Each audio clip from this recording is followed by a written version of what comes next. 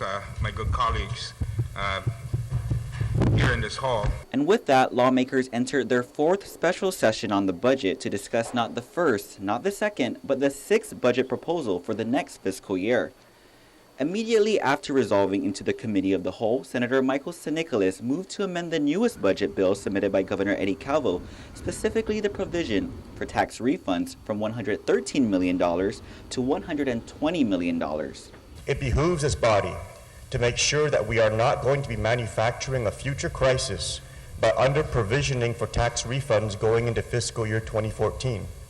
Because it's a court order, Mr. Chairman, I am worried that if we do not provision enough for tax refunds, if we do not provision the $120 million that I am proposing, we may be forced through court order to take drastic measures that nobody in this body would want to consider. In the latest budget proposal, $113 million is budgeted for tax refunds, a sum the administration says is more than adequate for what is needed. Senator Chris Duenas agreed, objecting to the amendment, saying the proposed appropriations is $5 to $7 million more above what the current year is tracking. As did Senator Brant McCready, who said it was ironic second-guessing the governor on paying tax refunds. They came in here and they told us that they're tracking about 107. They have a cushion to 113. All they need is 113. So we're basically down to one compromise,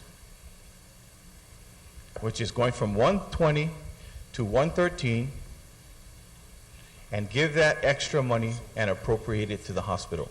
In the governor's proposal, GMH would see a $9 million increase in appropriations. Governor Calvo stated it would provide him the additional authority to assist GMH to make it through the last month of the fiscal year. Senator Aline Yamashita was one of 2 Republicans and one of 10 senators who voted in favor of the last budget proposal, saying she felt it was a good compromise. Today, she says she was apprised that the appropriations for the hospital was maxed out and that they really do need the cash. And so for now, today, I say if this is what's going to help us keep our hospital healthy or get back to a healthy state, that I ask that we do this. Appropriations Chair Senator Ben Pangilinan, meanwhile, says contrary to talk, doesn't believe compromise has been the reason behind actions of lately.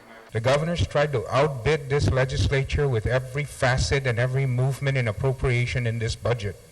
As for the sole amendment discussed today on how much to provision for tax refunds, Pangilinan says he chooses to question the governor because with reports of tax refunds getting larger every year, with the over $100 million already paid out as of last week, he maintains the $113 million is simply not enough. If we already paid 103, and we still have 5,000 or 6,000, maybe even more refunds to be processed and paid, what kind of math would cause me to think that 113 is not enough?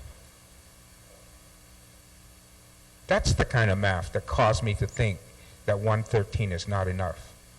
We cannot afford to let this governor leave office and put us in a receivership over our income tax refunds.